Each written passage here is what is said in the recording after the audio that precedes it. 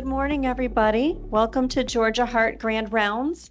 There is no commercial support for today's program. Any financial relationships of the planners and speakers have been mitigated. If you have a question for the presenter, please wait until the Q&A segment. If you're viewing online, you may post your questions into the Q&A section and we'll read it aloud. Also, the link to the evaluation will be posted in the chat. It is a privilege to introduce Dr. Veerappan Subramaniyam, commonly known by patients as Dr. Ramesh. He is Section Director for Non-Invasive Cardiology at Georgia Heart Institute, as well as a member of the Center for the Cardiovascular Disease Prevention, Metabolism, and Lipids, core faculty of the Cardiology Fellowship Program, and member of the Research and Innovation Committee.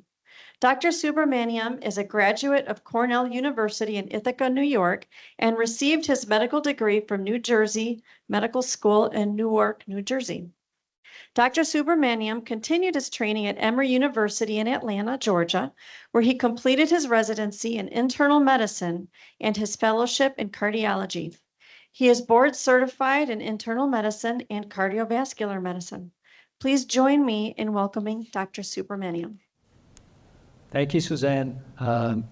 You did a great job saying my name, by the way. I know you practiced. But good morning, everybody. Thanks for showing up so early. And we'll get started here. This is an important topic. Ugo asked me to cover this topic. As many of you know, the most recent guidelines from the ACC-AHA for dyslipidemia management came out in March.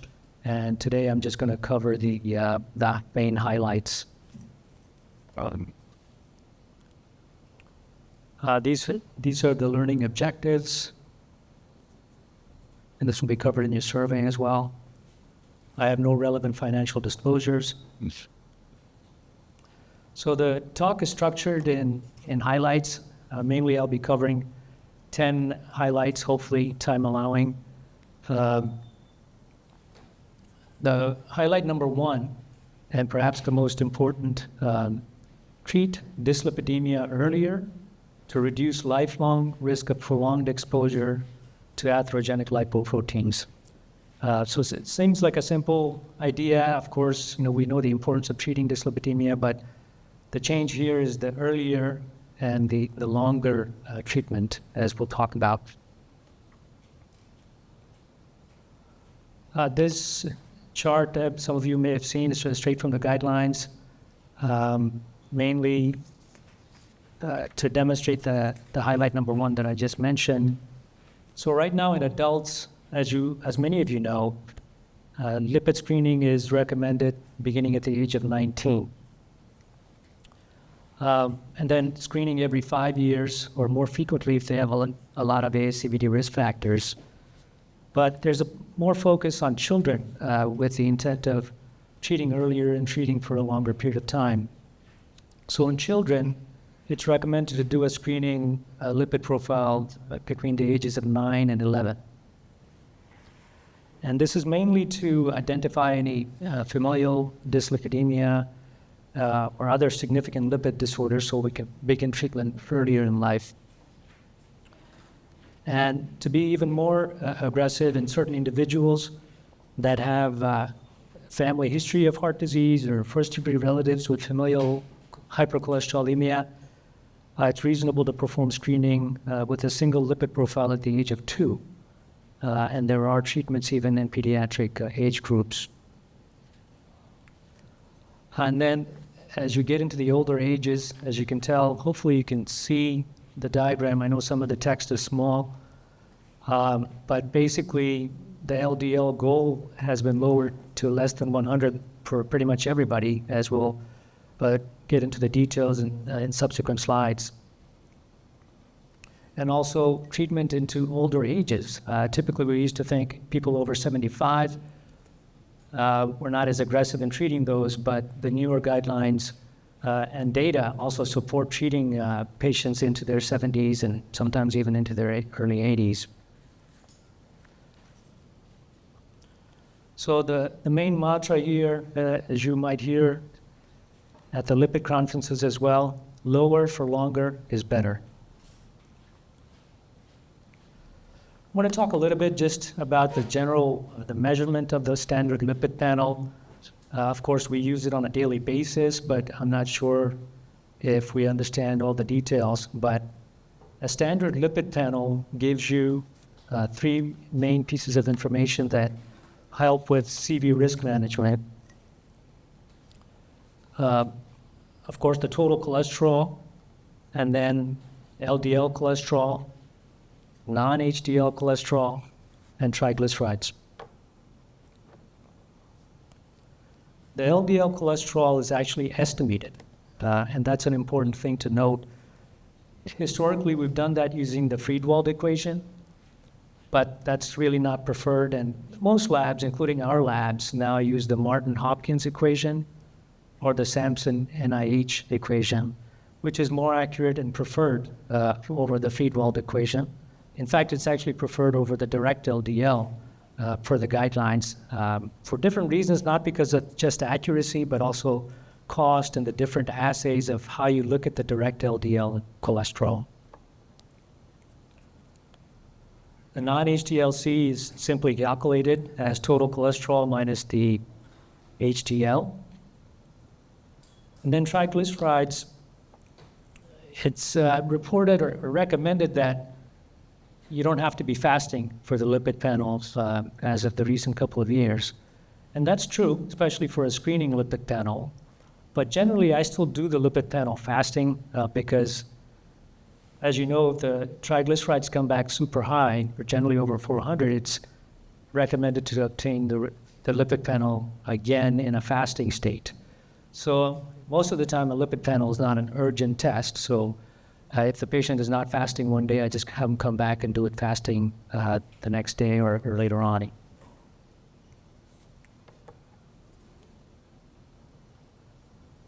So, highlight number 2. The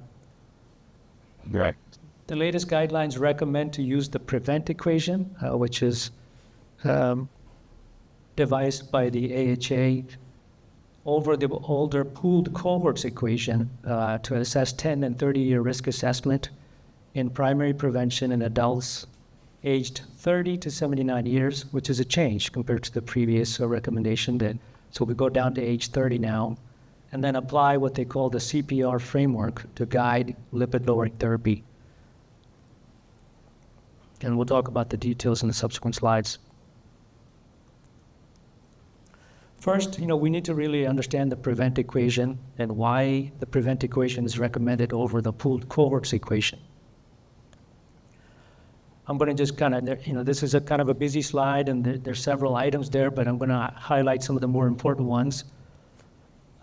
First, the PREVENT equation is based on multiple data sets, so it uses a larger, more contemporary and diverse sample of U.S. adults, so it doesn't contain any international databases, but still better than the pooled cohorts equation sample. Second, it gives what we call a global CVD risk assessment rather than just ASCVD. So it also gives us an estimate for risk of heart failure. So you can get 3 estimated risks with the PREVENT equation: the global CVD, which includes ASCVD plus heart failure risk, and then each component by itself, ASCVD risk and then heart failure risk by itself. For the dyslipidemia guidelines, obviously we'll be looking a lot at the ASCVD component. Another difference between the PREVENT and the pooled cohorts equation is that race is taken out of this equation. Also, the lower age that we can begin screening at, 30 years rather than 40 years, is an advantage for an earlier risk assessment and earlier intervention. Additionally, the PREVENT equation gives you not just a 10-year risk assessment, but also a 30-year risk assessment, which is helpful, especially in younger patients, and to assess a longer, close to a lifetime risk. And that becomes relevant in some of the management that we'll talk about later. Then additionally, there are some additional parameters, additional information we can get, especially with a lot of the data coming out about cardio, kidney, metabolic health, and metabolic syndrome. So it incorporates some other elements that I'll show in the next slide. And lastly, there is a measure called Social Deprivation Index incorporated into the PREVENT equation. And this accounts for the social determinants of health and cardiovascular risk that we all recognize but wasn't accounted for in the previous equation. So this is just, you don't have to read everything on the slide, of course, but this is just to show how the calculator looks and the components that go into it. And in fact, this is an app that's available through the American College of Cardiology, and that's the icon that's on the corner there. But if you look on the top of this slide, you get the 3 variable risk scores, the CVD, which is the total, ASCVD, and then heart failure by itself. So you can click on the different ones and get the different risk estimates. A lot of the parameters are familiar, of course: sex, age, blood pressure, cholesterol. It also includes a measure of renal function in this one, eGFR, as well as diabetes or not, and whether they're on certain medications for blood pressure and lipid management.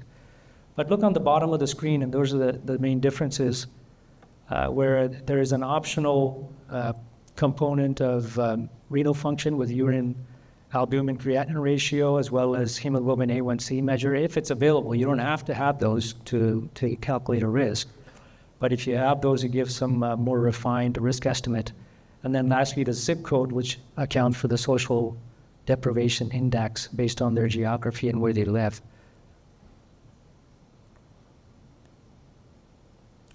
So this is the CPR framework that is being recommended by the recent guidelines.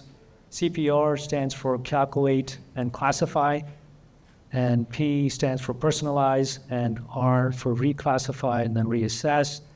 So obviously, once we've gotten to the point of using the PREVENT equation, we've calculated the 10-year risk estimate, and then that can then be classified into different categories. The familiar categories such as low risk, borderline risk, intermediate risk, and high risk.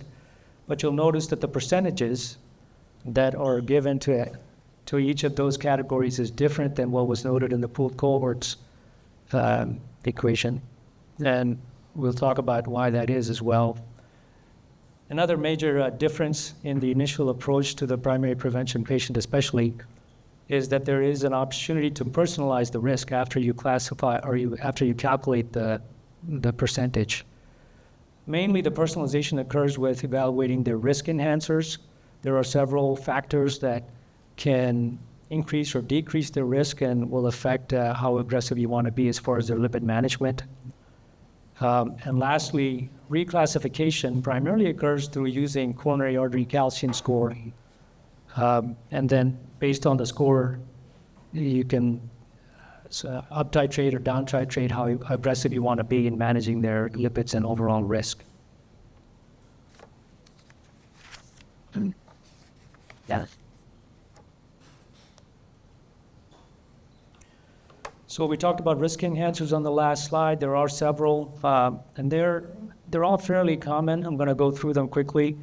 History of premature ASCVD in the parent or sibling. And of course, remember that it's described or defined as age less than 55 for men and age less than 65 for women, as far as the definition of a family history of heart disease. Higher risk ancestry, South Asian and Filipino ancestry is actually considered higher risk for atherosclerotic disease. High polygenic risk is not being widely used, but it will be. There are some places where you can get a polygenic risk score, and it's looking at multiple different genes that have been associated with atherosclerotic cardiovascular disease. And if you have a certain profile, you're at higher risk. Chronic inflammatory diseases, these include the common rheumatologic diseases such as lupus, rheumatoid arthritis, psoriasis, and then lipoprotein A being elevated at generally about 125 nanomoles per liter, as well as inflammatory marker, high sensitivity CRP greater than 2. To make it simple, is the number that's recommended that we need to pay attention to. But note that the CRP needs to be measured more than once because it is a transient inflammatory marker that can be elevated for various reasons. Triglycerides that are persistently elevated, above 150 in the fasting state or greater than 175 in the non-fasting state. The presence of a cardio-kidney metabolic syndrome, and then persistently elevated LDL cholesterol, as you might imagine, is also considered a risk enhancer. So within the risk enhancers, there are certain specific ones that relate to reproductive risk, and there are several. I'll just touch on a few of them that are more relevant. Some of the reproductive risk markers have to do with pregnancy, and others have to do more with the menstruation.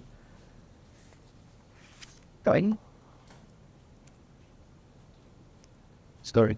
The main one with pregnancy is gestational hypertension, gestational diabetes, preeclampsia, and then for the non-pregnancy related risk factors, mainly early menopause, especially premature menopause before the age of 40 years old, as well as polycystic ovarian syndrome, or risk factors for developing ASCVD later in life.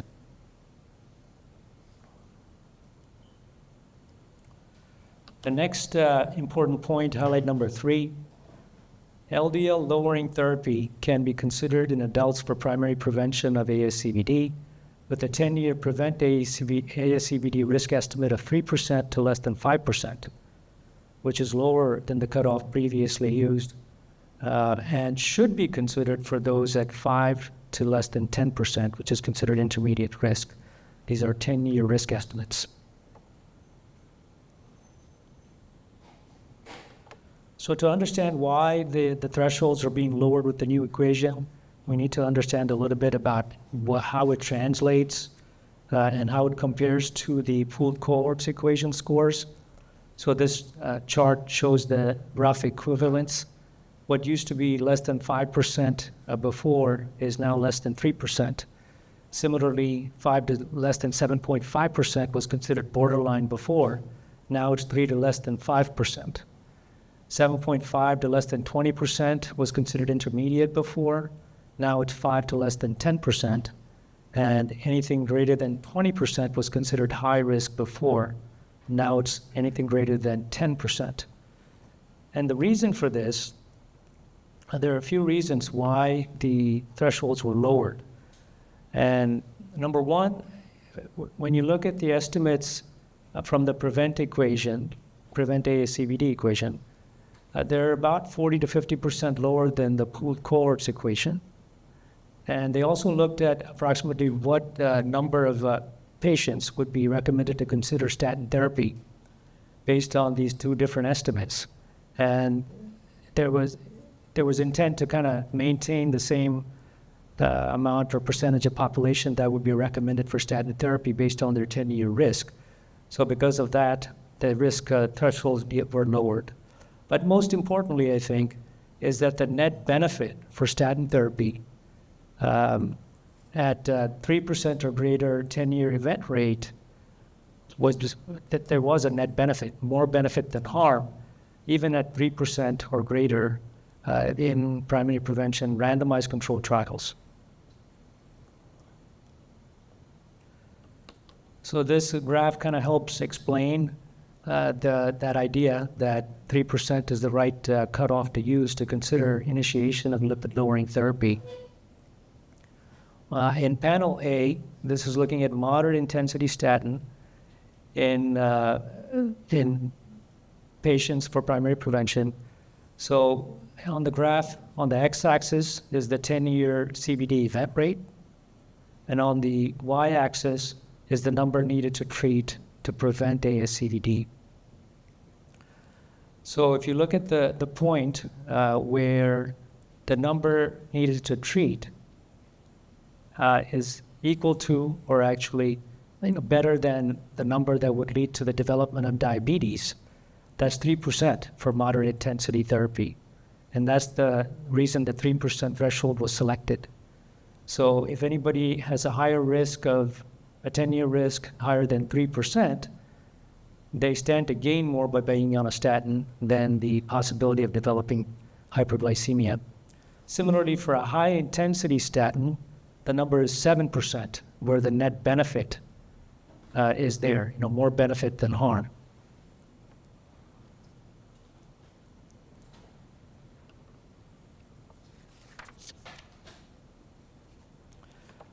Next important point, highlight number 4. LDL cholesterol and non-HDL cholesterol treatment goals are back to guide lipid-lowering therapy. As you remember, the 2018 previous guidelines went away from targets and kind of just recommended either high-intensity statin therapy or moderate-intensity statin therapy, and was not very user-friendly, in my opinion. I think many of us still looked at targets. But keep in mind, even though there are specific treatment goals that we'll go over, the percent reduction still remains a priority as well. So 30 or 50% reduction, etc.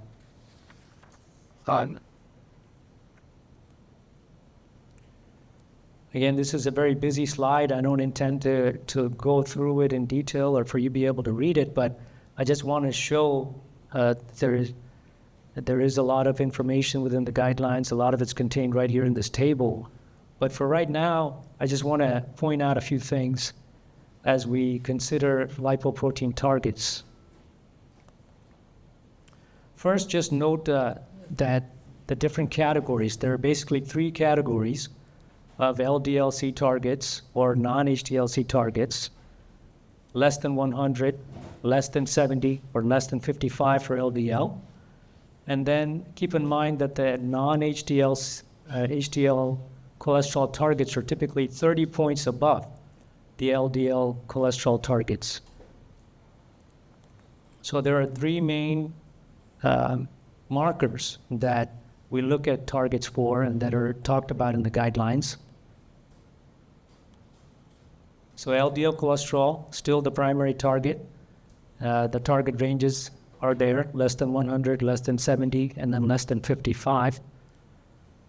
Non-HDL cholesterol should be the second target we look at, and typically the numbers are 30 points above, so less than 130, less than 100, less than 85. Then the third marker that is a little bit more prominent in the 2026 guidelines as opposed to the previous guidelines is apolipoprotein B. And the targets for that are similar to LDL cholesterol, but just slightly different for one category. So less than 90, less than 70, and less than 55.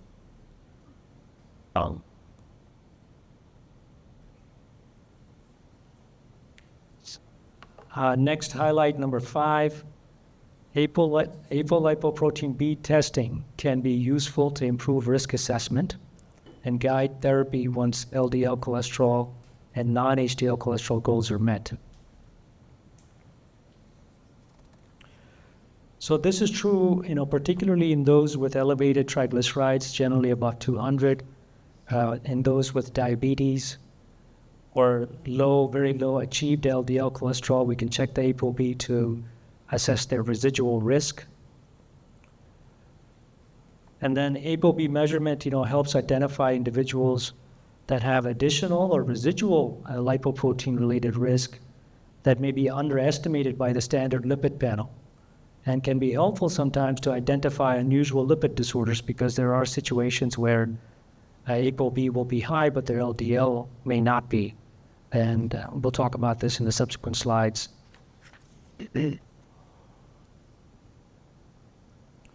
So first, a little bit of biology, just to understand the advantages of apolipoprotein B measurement. As you can see in the diagram, ApoB looks at several different types of lipoprotein molecules. The important component is the brown area, that's the protein within the different lipoproteins. And then the yellow is the cholesterol, and then pink the triglycerides. So if you measure just cholesterol or just LDL cholesterol, you're measuring just one component of all the atherogenic lipoproteins. But if you measure ApoB, which is the protein that's contained in all of these atherogenic particles, obviously you can understand why you might get a more complete picture of their atherogenicity. So 3 main advantages for ApoB measurement. First of all, the way it's done, it's actually measured and not estimated. Remember I mentioned in the beginning about the standard lipid panel that the LDL cholesterol is actually estimated and not directly measured usually. And then ApoB, as I just mentioned, includes all of the atherogenic particles, including the intermediate density and the very low density lipoproteins and et cetera. And lastly, the ApoB looks at the number of particles rather than the mass. So the mass is actually, the LDL-C cholesterol is actually a mass that's reported. I'm not sure if everybody realizes, but when you look at an LDL cholesterol value on a standard lipid panel, you would think you're getting an idea of the number of LDL molecules. But that's not actually true. You're actually getting an assessment of the cholesterol component within all of the LDL molecules. So it can be different based on how much cholesterol is contained within a particular type of LDL molecule. Again, we'll get into that in a little bit more detail. So there's this concept of discordance, and it's important to understand why ApoB is being incorporated into the guidelines now and being recommended a little bit more strongly. So if you look at this diagram here, this is an example of 2 different patients, let's say, or 2 different blood samples. And the LDL cholesterol is the same for both, 100 milligrams per deciliter. But the ApoB measurements are different, 80 milligrams for the first, the one on the left, and then 120 milligrams on the right. And it's known that the one with the higher ApoB but the same LDL has a higher cardiovascular risk because of what I just mentioned, the higher number of atherogenic particles. It's biologically plausible. But another thing to note here is that there is different types of LDL, so that the depleted LDL cholesterol as well as the enriched LDL cholesterol. So depending on how many of each a particular person has, it is possible, is what I want to tell you right here, that to have the same LDL cholesterol level but quite different levels of ApoB, although in most patients, we have to admit that there is pretty good concordance for most patients. But when discordance is there, it's relevant, and it does imply higher risk and perhaps change in clinical management.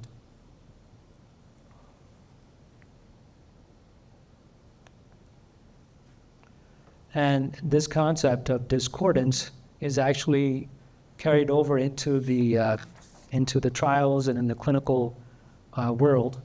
Studies have shown that when there is this difference between ApoB level and LDL-C cholesterol, there is a higher event rate. In these 2 diagrams, you can look at on panel A, the LDL cholesterol.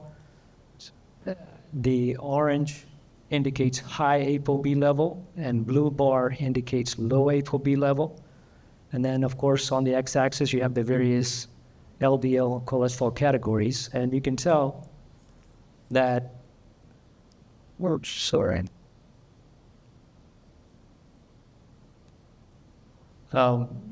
for any given level of LDL, if you have a higher ApoB level, there is a higher event rate at all the ranges, essentially, although the significance becomes a little less as you get to the very lower levels of LDL cholesterol.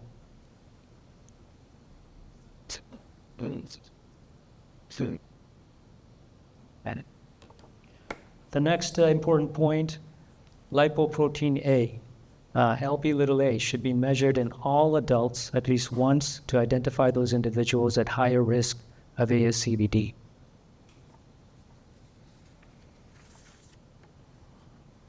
So before we get into why and how this recommendation arose, I want to touch a bit on the structure and biology of lipoprotein A, Lp(a) as it's known. So bear with me a little bit. First of all, it was initially recognized many years ago, 1963, by a Norwegian geneticist as just a different form of LDL. and the structure is similar. It contains an ApoB 100 for a type of ApoB protein like every other atherogenic particle, and it's bonded to apolipoprotein A by a disulfide bond, which is a type of a bond, a covalent bond. And apolipoprotein A, importantly, resembles plasminogen. And as some of you know, that plays a role in coagulation and fibrinolytic pathways. And in fact, genetically, there's a 70% homology between the gene for apolipoprotein A and the gene for plasminogen. And it contains these Kringle domains. So the structure that is around the LDL-like particle. And that's relevant because most of the time these kind of structures are found in coagulation molecules and fibrinolytic pathways. But it is found here. And for this reason, Lp(a) has multiple functions. And it's believed that it could provide a unique link between atherosclerosis, because it does contain ApoB, it does contain cholesterol. But the ApoA, the apolipoprotein A component, also makes it more thrombotic. And this is one of the reasons it's thought to be more dangerous, if you will, than just a regular LDL molecule. So to expand on the biology we just talked about, because of its additional features, it has multiple negative effects, especially from a cardiovascular risk standpoint. First of all, we know it's pro-atherosclerotic. It's also pro-thrombotic because of containing that plasminogen-like apolipoprotein A. It's pro-inflammatory because it carries actually most of the oxidized phospholipids that are in our system, has a propensity to be able to carry that. And it's also known to be procalcific. So when taking all of this into mind, it's said that the Lp(a) particle is 6 times more atherogenic when compared to LDL, and when you look at it on a per particle basis.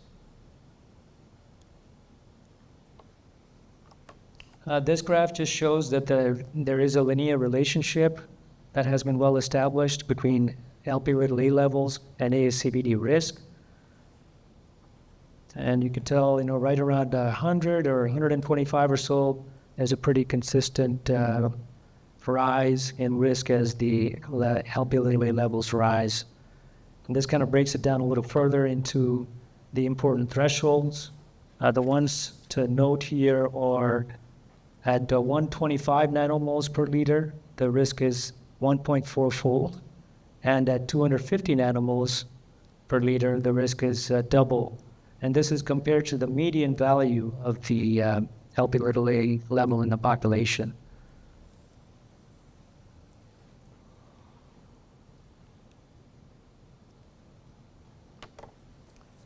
So what do you do when you've identified somebody with elevated lipoprotein A? That's been the question for a long time. In fact, that's the reason it didn't really get checked very often until recently, because there wasn't a lot to do, or at least we didn't know. But the current guidelines, the recommendations, first and foremost, are to address the modifiable cardiovascular risk factors, the ones that are traditional risk factors we know about. Because studies have shown that when you have somebody with an elevated Lp(a), controlling the other risk factors does make a difference, and it does reduce cardiovascular events. But additionally, PCSK9 inhibitors do have some benefit in lowering Lp(a), approximately 20 to 25% reduction on average. So it is recommended, especially if you're not able to achieve the LDL and the non-HDL target levels, to go to a PCSK9 inhibitor in these patients that have elevated Lp(a), rather than considering other agents such as Zetia or bempedoic acid and the other non-statin therapies.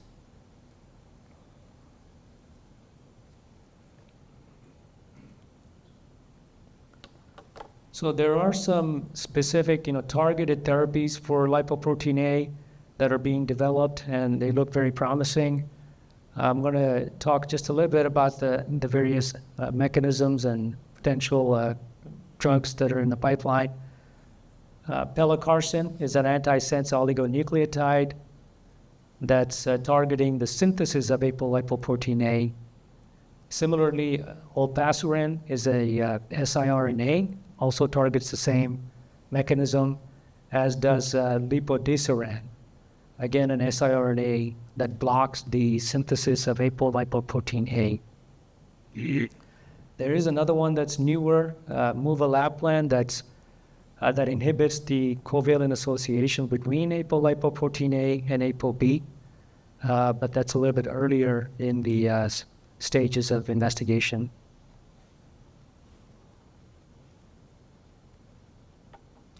So based on those drugs that I just mentioned and the mechanisms, there are several trials that are ongoing. Horizon trial looking at pelacarsen, primarily in patients with known ASCVD, and Oceana outcomes trial is ongoing, and we are one of the sites in that trial. It's completed enrollment, but it's ongoing, and the data is expected in the next couple of years. The initial studies have been super impressive, 95% reduction in Lp(a) levels with olpasiran and similar reductions with the other agents. And there is currently a Oceana PREVENT study, which we're participating in now, and we're enrolling patients in. The difference here is that it's looking at patients that have not had any clinical ASCVD. So it's looking at an earlier stage, trying to intervene earlier. So looking at patients that have not had an MI, stroke, or any clinical ASCVD event, but have a lot of risk factors or are at high risk for developing cardiovascular disease, or they have signs of subclinical atherosclerosis already, typically an elevated calcium score or other signs on peripheral artery imaging. I want to talk a bit about the study. The subjects are randomized 1-to-1, so 50% get the study drug olpasiran and 50% get placebo. And the study goes on for several years. It's an endpoint-driven trial, so it depends on how quickly the endpoints occur, but the average time expected is maybe around 5 years, 4 to 5 years. And the study drug is given every 3 months. It's an injection that's given every 3 months.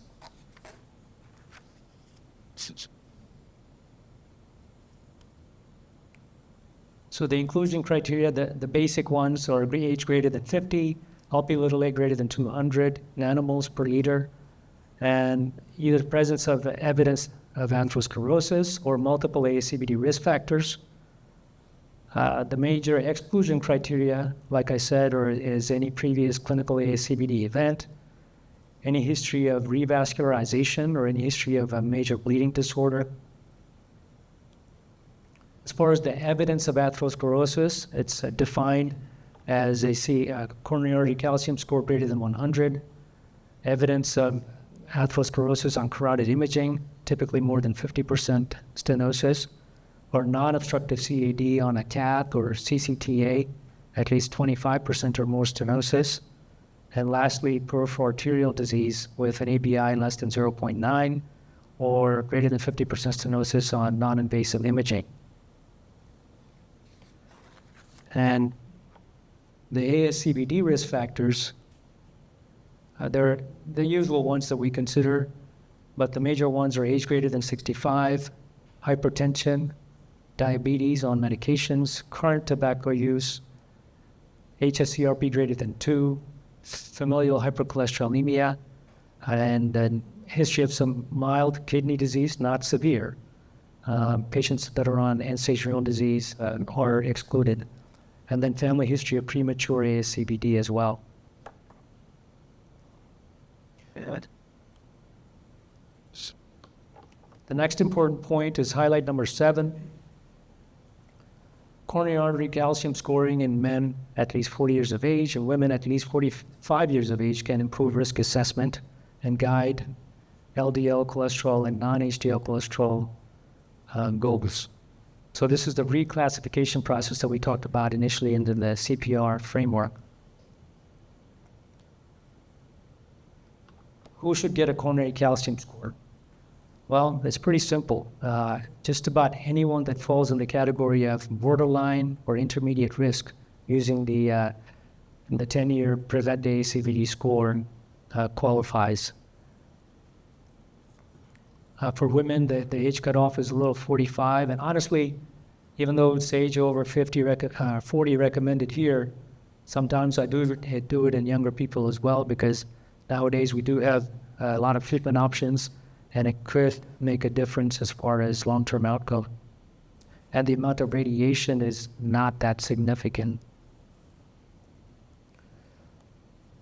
So if you do it in somebody that's borderline risk or intermediate risk, it gives you the benefit of being able to not start LLT or lipid-lowering therapy if their calcium score is 0, assuming they don't have any other higher risk features like severe hypercholesterolemia or premature ASCVD or uncontrolled diabetes. Patients usually like that. If you do it in somebody with a high ASCVD risk, it's useful sometimes to determine the intensity of therapy. So for example, if they're already on a high intensity statin and you do a calcium score and it comes back over 1,000 or very high, then you're more inclined to include other forms of lipid-lowering therapy besides statins. We have several, including the PCSK9 inhibitors and non-statin therapies.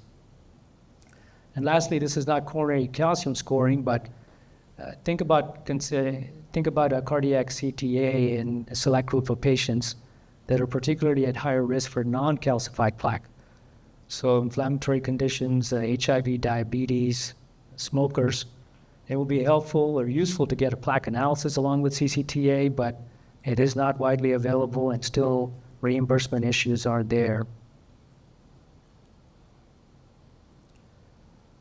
So for the first time, the 2026 guidelines actually give us some guidance on how to treat subclinical atherosclerosis in a graded fashion and based on the extent of disease. I'll break this down a little bit in the subsequent slides. So mild coronary artery calcification defined as a calcium score of 1 to 99 and less than 75th percentile based on age, sex, and race. The recommendation is to start a moderate intensity statin with the goals of LDL cholesterol less than 100 and non-HDL cholesterol less than 130. Yeah. So for moderate risk, which is defined as a calcium score of 100 to 300 or greater than 75th percentile, it's recommended to start some form of lipid-lowering therapy. The guidelines specifically say that because to allow for moderate or high intensity based on what their baseline levels are to achieve the target of LDL cholesterol less than 70 and non-HDL cholesterol less than 100. So one important thing to note here is the percentile, the importance of the percentile.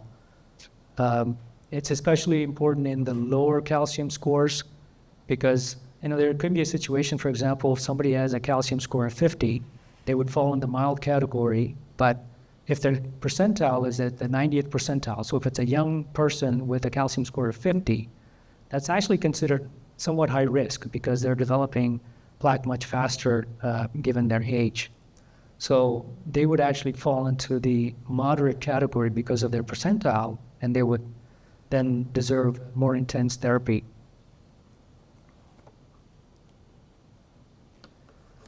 Severe coronary artery calcification is defined as a calcium score between 300 and 1,000.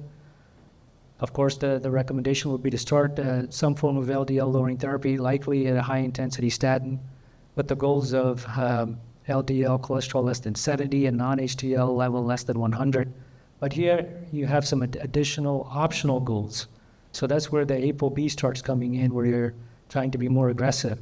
So optional goal of apolipoprotein B less than 70 and LDL cholesterol even less than 55 and non-HDL cholesterol less than 85 should be considered. And to be even more aggressive, there are some that advocate for an lipoprotein B less than 55. And then the most severe category, the extensive coronary calcification, defined as a calcium score greater than 1,000. Again, you start lipid-lowering therapy and assess or aim for an LDL goal of 55 and non-HDL goal less than 85. So just think about this, this recommendation or data was not there before. We only thought of LDL goal less than 55 for people that are very high risk with already known ASCVD. But here, this is a patient that has a very high calcium score, but no clinical event. So the guidelines are getting more aggressive, and you can aim for an LDL cholesterol less than 55, and then an optional goal of less than ApoB less than 55 in somebody that just has a very high calcium score. And also they address the issue of incidental coronary calcification that's picked up on a non-gated chest CT. We see this quite often, those of you that actually practice. So they give some guidance. It's a qualitative measure, mild or moderate to severe, and sometimes there's no mention of that. Typically, I think if you see somebody that is coming in for this problem, many times I would get a dedicated coronary calcium score, and then we have a better idea of what their risk is and better judgment for the therapy. But basically, if it's mild, you consider moderate intensity statin therapy for an LDL goal less than 100. Or if it's more severe, you consider a high intensity statin with an LDL goal less than 70. Next highlight, number 8, LDL lowering therapy is recommended for primary prevention in adults aged 30 to 79 years. Again, that's a lower age limit now, with low, borderline, intermediate, and high ASCVD risk scores, so just almost everybody. But I say that because the low risk, typically we don't start medicine, but there are certain exceptions even in the low risk category where pharmacotherapy is recommended now. I'll break, this is the chart. I know you can't see the text on the right side, but we'll break this down in subsequent slides. But note for the primary prevention algorithm, they need to be between the ages of 30 and 79. And they need to have an LDL cholesterol between 70 and 189. If they have very high cholesterol above 200, very high LDL above 200, you should not apply this algorithm to that patient. And note that we can calculate 10-year and 30-year ASCVD risk scores using the PREVENT-ASCVD equation, and then classify them into the 4 categories listed there. Also note that there are some special primary prevention populations that between the ages of 40 and 75 if they have diabetes, chronic kidney disease stage 2 or 3, HIV, sort of high-risk patients. Statin therapy is recommended, regardless of their LDL cholesterol, typically a moderate intensity statin in that situation. So breaking that algorithm down a little further, the low-risk patient, after you calculate their prevent risk score for 10-year, initially lifestyle management, and for the most of them it's lifestyle management, unless their LDL cholesterol is greater than 160. Or if it's a younger patient and they have low risk, 30-year risk should be looked at this situation. That's the importance of being able to calculate that with the new equation. So if their 30-year risk is greater than 10%, then it's recommended actually to start moderate intensity statin, even though their overall risk for the 10-year is considered to be low in quotations. Moving on to the borderline and intermediate risk categories for the primary prevention population. Again, remember, borderline is 3 to less than 5% 10-year risk. It's recommended to consider or start moderate intensity statin, or you have the option to just obtain a coronary calcium score if the patient is hesitant to start, or you as a clinician are somewhat doubtful, then the coronary calcium score is a nice way to reclassify. And if the calcium score is greater than 0, then start a statin. If the calcium score is equal to 0, then you can feel more comfortable managing with conservative approach, and then consider repeating the coronary calcium score in approximately 5 years. The goals there are LDL cholesterol less than 100. So even the general population, the guidelines, everybody's LDL should be less than 100 is the recommendation. For intermediate risk, defined as 5 to less than 10% 10-year risk, you just go ahead and start moderate intensity statin. If the patient is really reluctant, again, you do have the option to obtain a coronary calcium score, although the indication to start pharmacotherapy is a little stronger here, with the same LDL goal of less than 100 and non-HDL goal less than 130. The high-risk primary prevention patient, that's defined as greater than 10% 10-year risk. You start right off with a high-intensity statin. The goals are a little lower here, obviously. LDL cholesterol goal less than 70, non-HDL goal less than 100, 50% reduction in LDL cholesterol. The problem with the percent reductions, in my opinion, is that many times it's hard to know what their baseline is unless you're just starting off with them and you get their first lipid panel. So the actual targets are more useful. And if the goals are not reached, you have a certain order of therapy you can look at for high-risk patients. Ezetimibe being the first one, and then PCSK9 inhibitors, depending on how much more you have to go to reach their target, may be the next step as well. The next important point in secondary prevention, a goal of LDL cholesterol less than 55 and non-HDL cholesterol less than 85 is recommended for those at very high risk ASCVD patients. But even those with ASCVD but not considered at very high risk, there is an option to aim for an LDL cholesterol of less than 55 now, and that's another aspect of the more aggressive recommendations for the new guidelines. But to see if someone is truly at very high risk, the criteria need to be understood. As you can see, major ASCVD events are defined there. One important thing to note here is that ASCVD event is not just having a coronary stent or coronary bypass surgery before. That's considered a high-risk condition, but not considered a major ASCVD event. So it needs to be an acute coronary syndrome within the last 12 months for any history of myocardial infarction or ischemic stroke or symptomatic PAD. Those are major events. And to qualify as a very high-risk patient, you need to have 2 major events or 1 major event plus 2 of the high-risk conditions listed here, which are the usual ones: age greater than 65, diabetes, smoking, previous revascularization. Going through the algorithm for treatment for very high-risk patients with clinical ASCVD. Also remember that any patient with any form of ASCVD plus chronic kidney disease is considered a very high-risk patient. And the goal is to get to less than 55 for their LDL cholesterol, and then the additional goal of getting to less than 55 on apolipoprotein B.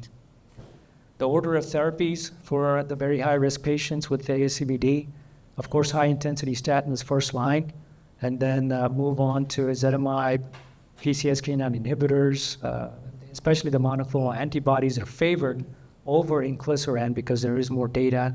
As some of you know, there's still no outcomes data with inclisiran. That's still ongoing, those studies. And then bempedoic acid, although I think these days most people would start bempedoic acid and Zetia at the same time because they come in a combination pill. The cost is the same, so most people go with a combination if they're going to use ezetimibe or bempedoic acid by itself.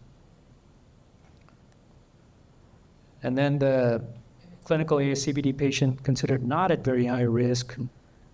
Similar goals, the LDL's goal less than 70 is a little bit higher, but you have the option of getting to 55 once you've reached those initial targets.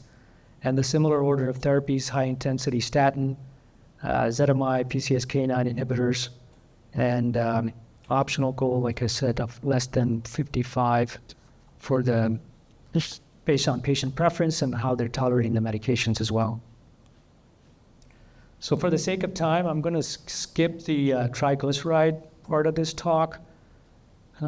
Usually many times this gets into the area of getting into the lipid clinic anyway.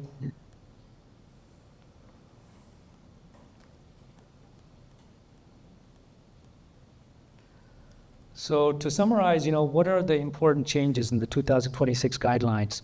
First, the PREVENT equation replaces the Pooled Cohorts equation. and therefore it improves the individualized risk estimation. Treatment strategy, lower for longer is better. So earlier intervention is really pushed. Targets, clear LDL cholesterol and non-HDL cholesterol targets are there, especially for the higher risk patients. Biomarkers are introduced and talked about and encouraged more. Lp(a) should be measured at least once in all adults, and apolipoprotein B is being recommended to use in selective situations to improve risk stratification. Coronary artery calcium scoring is being encouraged to help reclassify patients when appropriate to help with decision making. And lastly, the scope involves a broader lipoprotein profile rather than just LDL cholesterol. So also looking at triglycerides and other biomarkers, and also looking at lifetime risk rather than just a 10-year risk. So, overall, when you look at the guidelines as a whole, the 2026 guidelines, and you compare to the 2018 guidelines, there are some major shifts from risk estimation in 2018 to risk personalization now, including, risk enhancers and calcium scores and et cetera. From using statins only or mainly statins to a multi-pathway lipid management now. We have many other options, PCSK9 antibodies, PCSK9 inhibitors, synthesis inhibitors, bempedoic acid, Zetia, et cetera. And then from a primary LDL focus to a global dyslipidemia strategy. So incorporating ApoB, Lp(a), triglycerides, et cetera. But thank you. And I didn't put the references, but they're available. They can ask me. But a lot of these images came directly from the guidelines from the American Heart Association. So thank you. Does anybody have any questions? Just raise a hand. Hey, thanks so much for that lecture. I think it was very enlightening and really updated some of the processes with dyslipidemia management. Two things I wanted to talk about. So one, clearly the newer guidelines look at calcium scoring testing a little different than the prior guidelines, right? So previously, for example, if someone was on a statin, there was this notion that, hey, relooking at a calcium score was of lower utility. But this guidelines telling us it's different. So if someone's on a statin and perhaps they're not achieve LDL goal or you're concerned, you can still do it. So maybe comment a bit more on how calcium scoring is used different in these guidelines. The second thing I wanted to touch on was Lp(a). There's clear evidence, as you mentioned, PCSK9 inhibitors can drop the levels by 25%. But on the flip side, there's evidence that statins can increase Lp(a) levels anywhere from 15 to 20%. How do you view this? How do you look at that number in the context of someone who's on high-intensity statin? Is the Lp(a) that's increased by statin therapy as atherogenic as one that someone may genetically carry? So if you could touch on both of those, that would be great. Thanks. Yeah, thanks, Hugo. Those are good questions. I'll start with the second one first, the Lp(a) question. Not because I'm biased or anything, but the notion that statins increase Lp(a) has been there for some time, and there is still general consensus, I would say, that it increases to a very small extent. But overall, it's thought to have no effect. The statins having no effect on the Lp(a) level. But statins are still first-line therapy in those patients, as we discussed, because of the other benefits and the overall risk environment that we want to reduce. So that's the reason that statins are still preferred. And then when you're not reaching their targets, PCSK9 inhibitors are recommended to still further reduce their global risk, but the additional impact on lowering Lp(a) to 20 to 25%. So I don't know, did I address your question with that? Yeah, no, I think the portion is still use stats, but Yeah.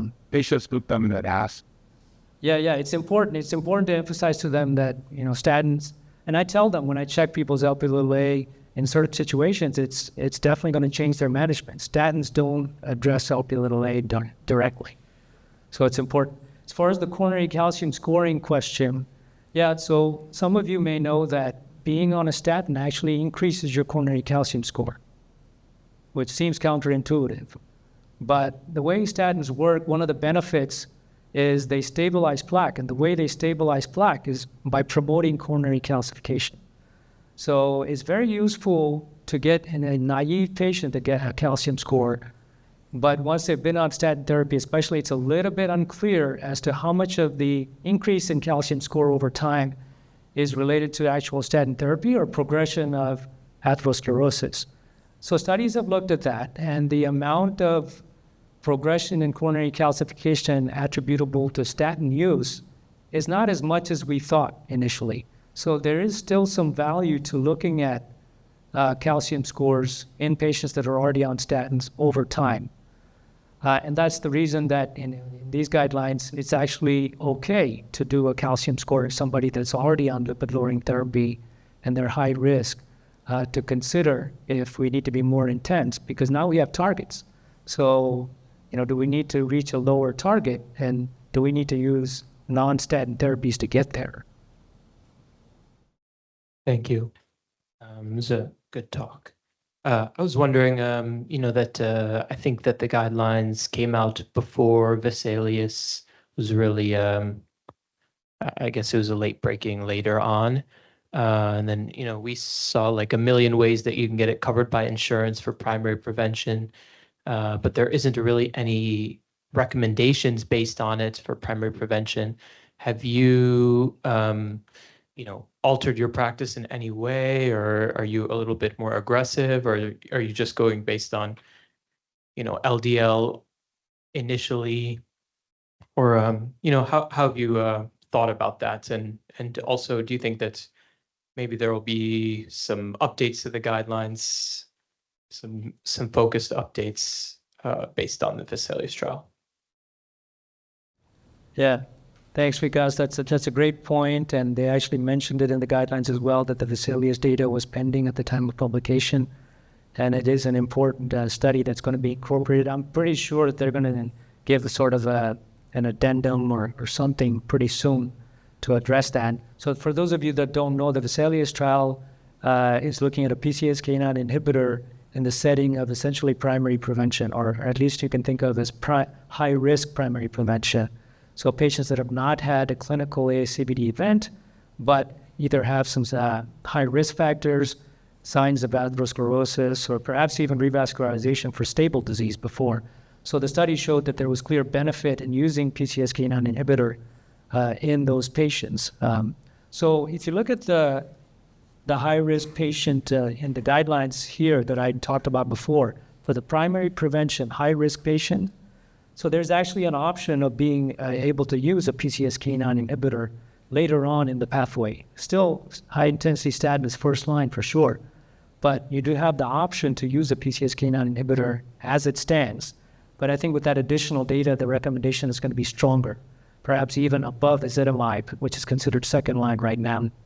So, we always, in the lipid clinic, we are obviously very aggressive in trying to address this issue, and we find ways to get them on the therapies that they need. So thank you. Okay. Thank you so much. Excellent talk.